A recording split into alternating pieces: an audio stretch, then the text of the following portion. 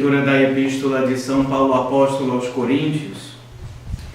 Meus irmãos, se eu falar as línguas dos homens e dos anjos, mas não tiver caridade, sou como o metal que soa, ou como o sino que tine. E se eu tiver o dom da profecia e conhecer todos os mistérios, e quanto se pode saber, e se tiver toda a fé, até o ponto de transportar montanhas, mas não tiver caridade, nada sou. E se eu distribuir todos os meus bens para sustento dos pobres, e se entregar o meu corpo para ser queimado, mas não tiver caridade, nada disto me aproveita. A caridade é paciente, é benigna. A caridade não é invejosa, não age precipitadamente, não se ensoberbece, não é ambiciosa, não busca os seus interesses, não se irrita, não suspeita mal, não folga com a iniquidade, mas alegra-se com a verdade. Tudo sofre, tudo crê, tudo espera, tudo suporta. A caridade nunca acabará. Quando mesmo deixem de ter lugar as profecias, ou cessem as línguas, ou seja, destruída a ciência, porque é imperfeitamente que conhecemos e é imperfeitamente que profetizamos. Mas quando vier o que é perfeito, abolido será o que é imperfeito. Quando eu era menino, pensava como menino, e quando cheguei a ser homem, encontrei em tudo um enigma. Mas então o veremos face a face. Agora conheço-o imperfeitamente, mas então o conhecerei como sou conhecido dele.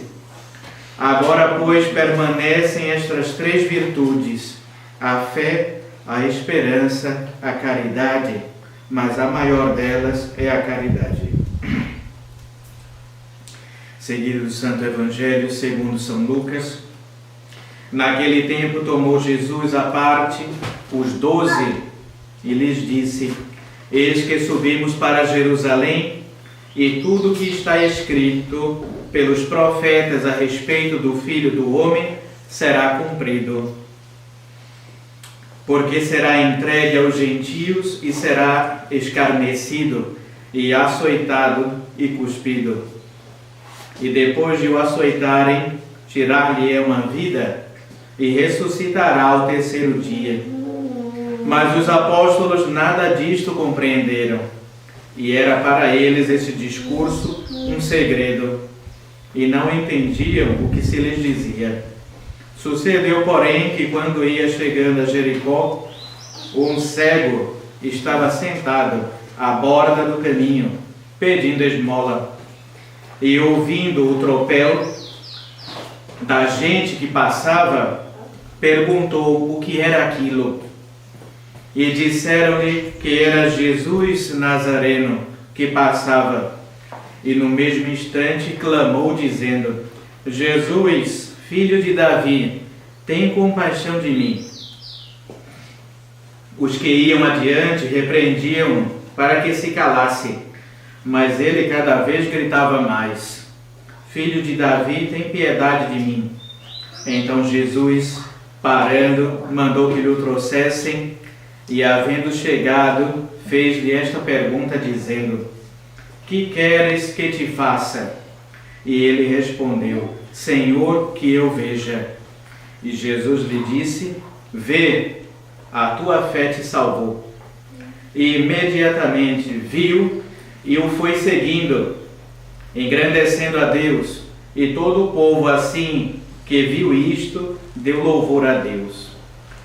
Ave Maria, cheia de graça, o Senhor é convosco. Bendita sois vós entre as mulheres, e bendito é o fruto do vosso ventre, Jesus. Santa Maria, Mãe de Deus, rogai por nós, pecadores, Jesus, glória e hora de nossa morte. Louvado seja nosso Senhor Jesus Cristo. Em nome do Padre, do Filho e do Espírito Santo. Amém. Podem sentar-se.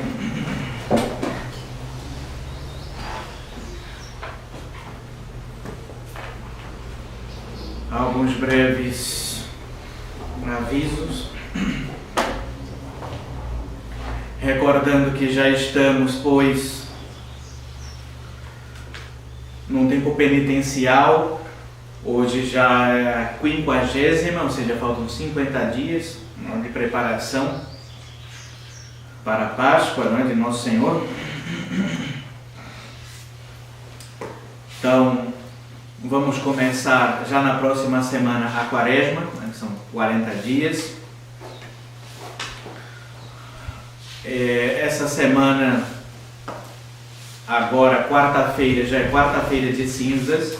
Então, aqueles que desejarem receber as cinzas, podem vir nesse mesmo horário de domingo. A missa de quarta-feira de cinzas será às 11 da manhã, no mesmo horário da missa do domingo.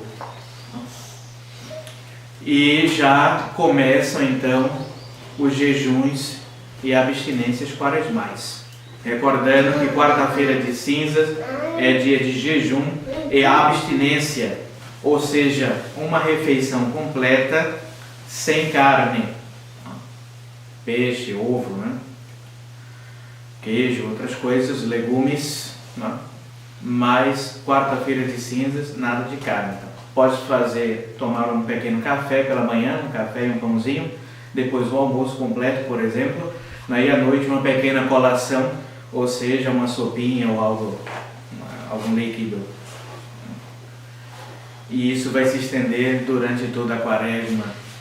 Então, durante toda a Quaresma, nós fazemos o jejum também. No próximo domingo, próprio no domingo da Quaresma, eu vou falar mais sobre essas penitências que vamos fazer. Nós seguimos o código anterior ao código de João Paulo II, então o código do Papa São Pio X, e no código antigo, na antiga lei, se previa o jejum durante toda a Quaresma. Então nós recomendamos, apesar de não haver um legislador, nós tentamos seguir o mais perfeito possível o que era prescrito. Então, antigamente era assim, está no Código de Direito Canônico de 1917, durante toda a Quaresma se faz jejum, exceto nos domingos. Então, nós recomendamos isso aos fiéis. Padre, no modernismo, ou no tradicionalismo, aí se segue já o novo Código de Direito Canônico. Eu vou falar sobre isso no próximo domingo, mas só adentrando, porque alguns às vezes questionam porque nós falamos do jejum durante toda a Quaresma, porque os modernistas tiraram o jejum quaresmal. Eu acho que só tem jejum e abstinência na quarta-feira de cinzas e depois na sexta-feira santa. Então, durante toda a Quaresma se vive como pagão. Então, nós não recomendamos isso, claro, tem os limites de idade, mas eu acho que devemos nos esforçar para passar pela porta estreita. São 40 dias de jejum, como Nosso Senhor passou no deserto. Então, a Igreja sempre recomendou isso, foi tirada pelos modernistas, porém nós aqui não seguimos essas novas diretrizes. Então, exortamos aos fiéis que façam o possível para seguir esses costumes da Igreja. E eu penso que ninguém nunca morreu por isso, não?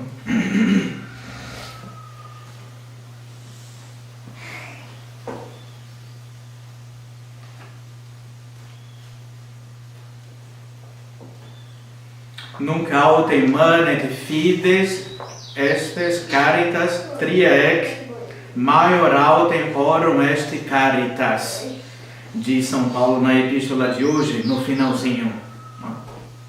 Agora, pois, permanecem essas três virtudes: a fé, a esperança, a caridade, mas a maior delas é a caridade, diz São Paulo. Hoje as leituras são impressionantes. Aqui está esse hino, a caridade, que fez São Paulo. a caridade é paciente, tudo alcança, benigna, etc. E tudo suporta. E no Evangelho também hoje de São Lucas, Nosso Senhor faz essa cura milagrosa, do cego de Jericó.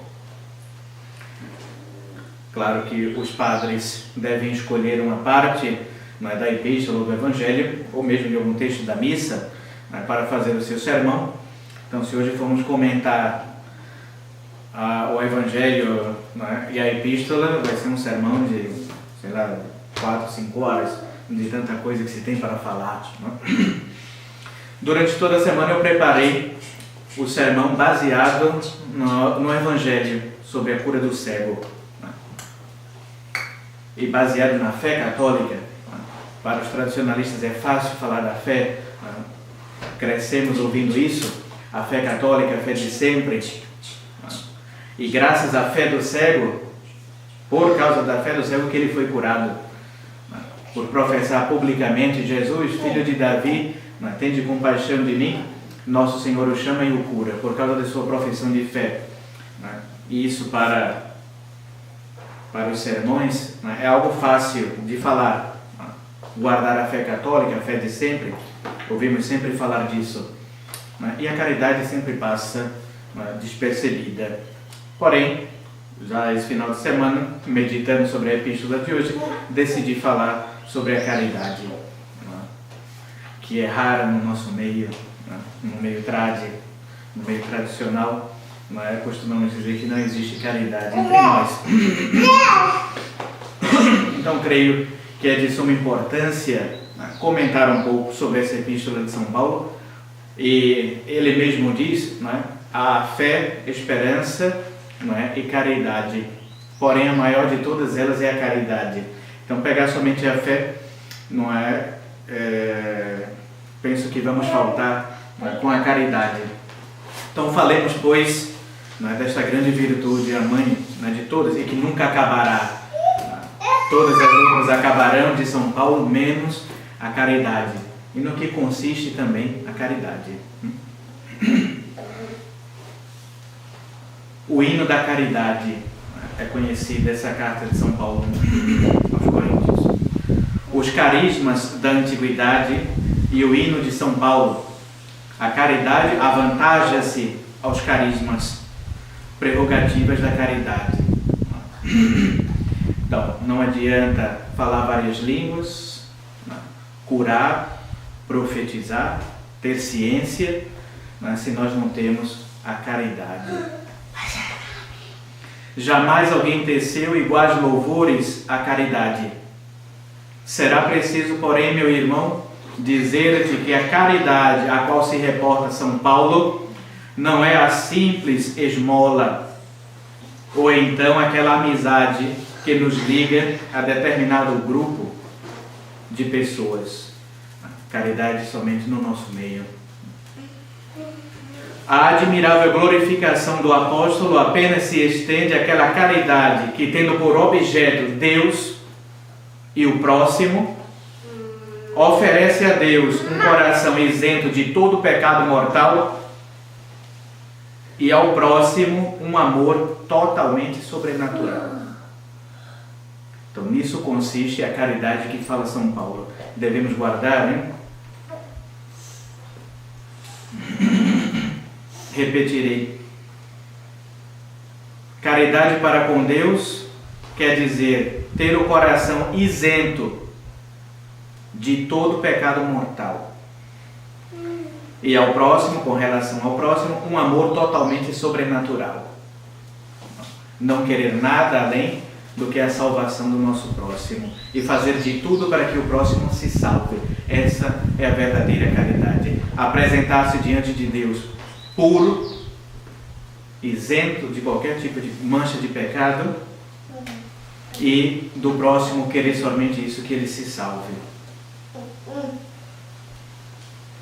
Qualquer outra interpretação, longe de traduzir o pensamento de São Paulo, viria embaciar com sombras humanas os esplendores de uma virtude essencialmente divina. Então, querer qualquer coisa fora disso, não é errar nessa interpretação. Precisamos confessar que, sem querer, traduz nesse maravilhoso hino os sentimentos que lhe ardiam na alma, o zelo pela salvação. São Paulo, que tantas vezes naufragou, foi preso, açoitado, quase morto várias vezes, porém tinha esse amor, esse ímpeto, né, de visitar as igrejas, de exortar, de anunciar a boa nova para a salvação das almas. Dedicou toda a sua vida, inclusive foi morto, não é, nesse trabalho, nesse emprego, doou toda a sua vida pela salvação do próximo. Era consumido de zelo, de amor para com Deus e para com o próximo. Caritas Christi urget nós. Quem nos empolga é apenas o amor de Cristo, de São Paulo.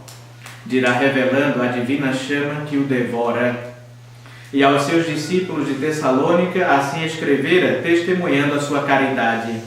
Fizemos-nos pequeninos entre vós, como quem amamenta, acalentando os seus filhinhos. Assim desejávamos dar-vos não somente o Evangelho de Deus, mas até mesmo a nossa própria vida, porquanto éreis muito queridos. Então, não somente dar a boa doutrina, né, anunciar a fé católica, mas também dar a própria vida. Essa é a verdadeira caridade. Após haver enchido com a sua vida a página mais luminosa da Igreja, escreveu com a sua pena a página mais admirável da caridade. Que há que se compare com a caridade, se pergunta, né? Algo que se compare com a caridade? O dom de falar as línguas dos anjos, por exemplo, se compara à caridade?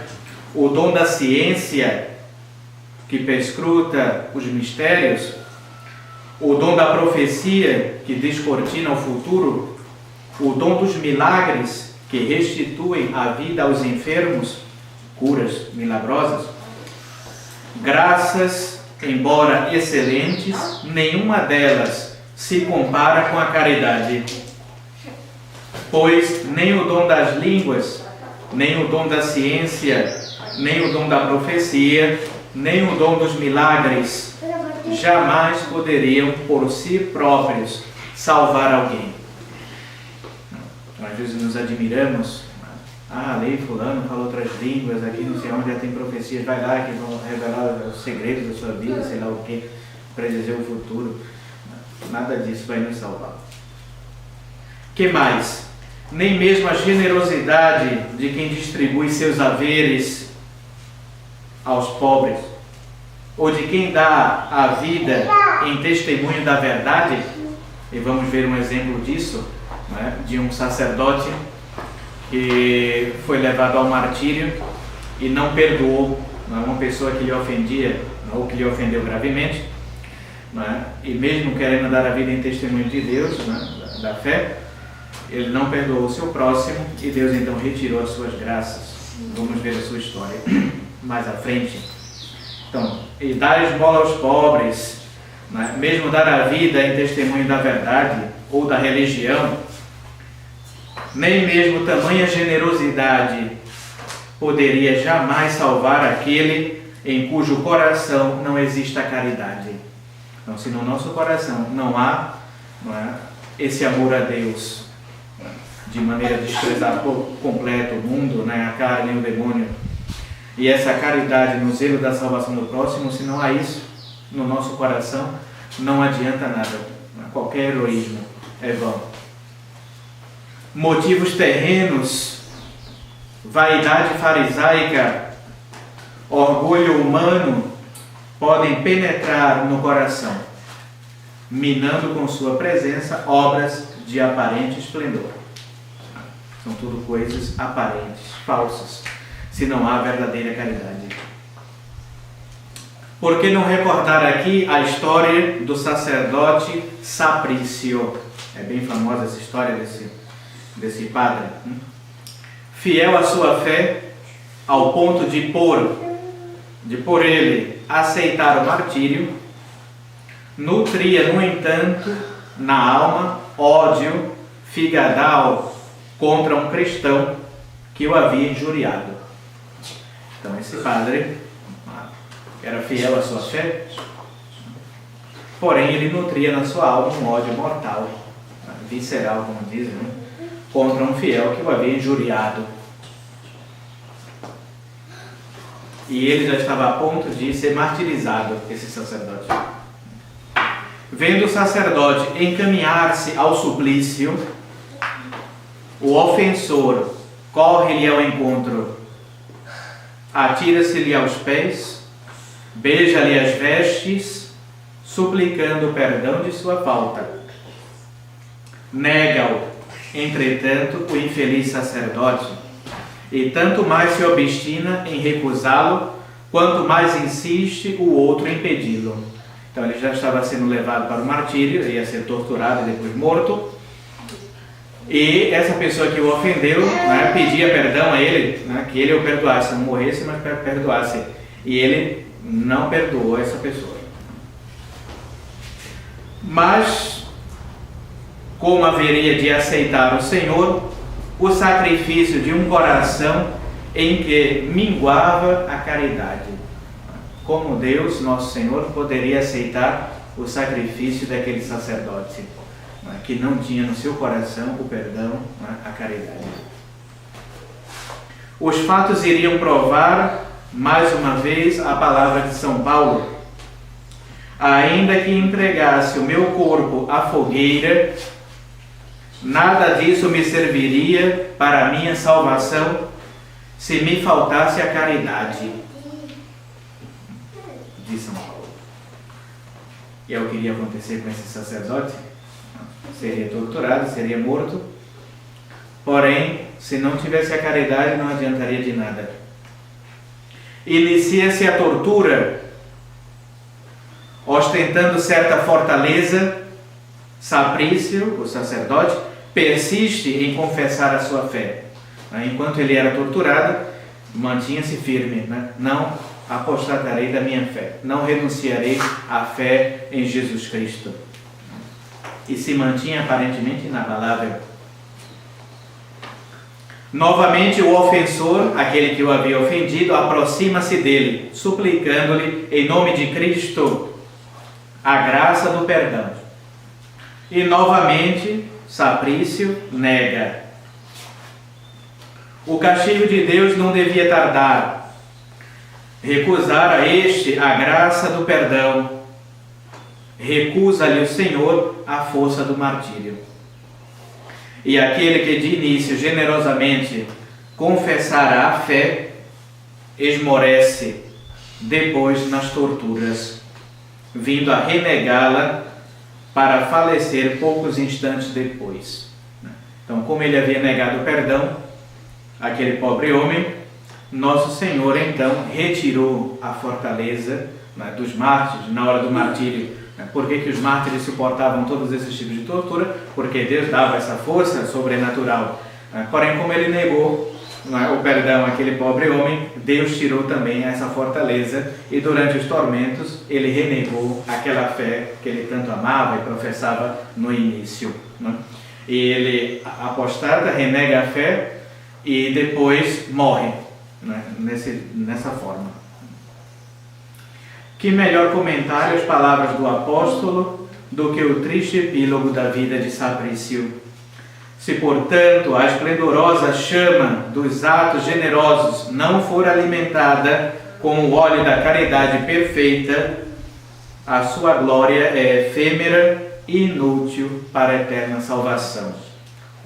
Então não adianta, né, professar a fé católica de sempre, né, ou a missa de sempre, ou a missa de sempre, né, isso e aquilo, se no nosso coração amaldiçoamos, não é, e condenamos o nosso próximo, se faltamos com a caridade, ou se não nos empenhamos o bastante para a salvação do nosso próximo, trabalhar em tudo, não é, para que o próximo se salve. Então não adianta os templos, as riquezas, as belezas, os ornamentos, seja lá tudo que for, se os religiosos, se os sacerdotes, ou mesmo se os fiéis não tiverem esse empenho em amar a Deus sobre todas as coisas, né, de travar um combate contra o pecado, de apresentar-se puro diante de Deus, ou de não desejar do próximo senão a salvação, mas de nada disso adianta. Toda a tradição, os firuletes, as rendas, os altares, os incensos, o ouro, tudo isso não vale de nada na hora da nossa morte. O apóstolo, não mais podendo conter o seu entusiasmo, encerra o seu capítulo sobre a caridade, tecendo-lhe o mais belo elogio, nunca igualado desde os séculos. A caridade nunca há de acabar. Ele fala de que no final dos tempos esfriará a caridade. Penso que vemos já de maneira acentuada essa frieza, sobretudo entre nós, cada um por si. Eu tenho meus interesses, os outros têm os seus interesses, né? E assim se segue. A caridade esfriará, porém nunca acabará, ele diz. O dom da profecia cessará na eternidade, porque tudo será nessa hora manifestado. O dom das línguas se extinguirá com a única língua do reino dos céus. Todos falarão a mesma língua no céu. A própria ciência desvanecer-se-á, porquanto não precisará o homem de esforço para adquirir a verdade, contemplando-a tal qual é na visão de Deus. Que mais? A própria fé cessará, cedendo lugar à luz dos mistérios, que hoje cremos nas trevas, hoje vemos de uma forma embaçada, né? Porém um dia veremos face a face, sem manchas, sem embaraços. A esperança seguir-se-á a felicidade alcançada.